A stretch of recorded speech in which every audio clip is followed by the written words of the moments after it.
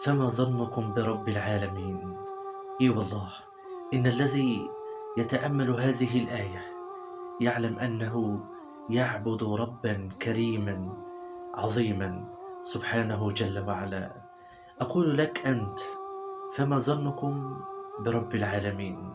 اي والله، حينما ينظر العبد إلى هذا الرجل الذي يأتي يوم القيامة ويقف بين يدي الله تبارك وتعالى، يقول الله عز وجل له: عبدي.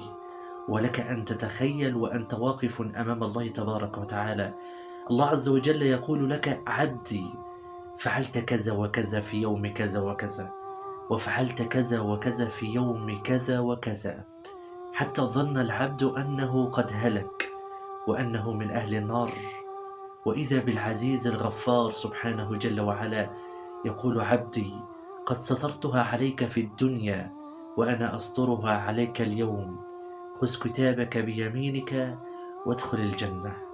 فما ظنكم برب العالمين؟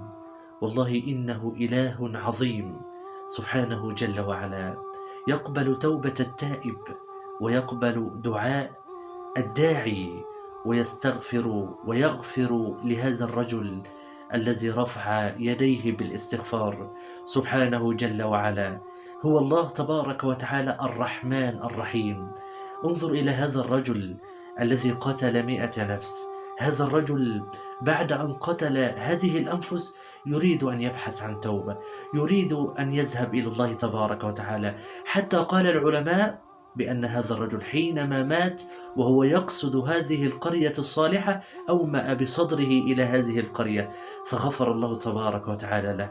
يا الله، انظروا إلى هذا الرجل الذي أقبل على الله تبارك وتعالى، فمهما كان ذنبك ومهما كان معصيتك فإلهك هو الله الرحيم الرحمن جل وعلا.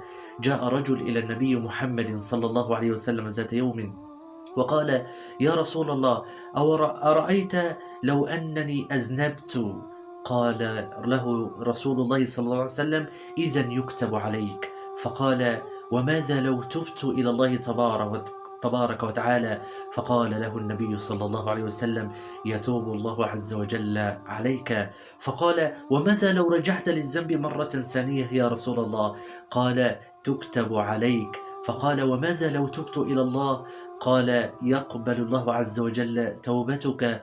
فقال له النبي صلى الله عليه وسلم: والله إن الله عز وجل لا يمل حتى تملوا. نعم، الله عز وجل لا يمل من توبتك، الله عز وجل لا يمل من وقوفك على بابه فاعتاد على ترك الباب، فوالله إنك تناجي رب غفور رحيم سبحانه جل وعلا. مهما كانت ذنوبك ومهما كانت معاصيك، أنت إلهك هو الله جل وعلا، فوالله ما أجمل الله وما أعظم الله سبحانه جل وعلا.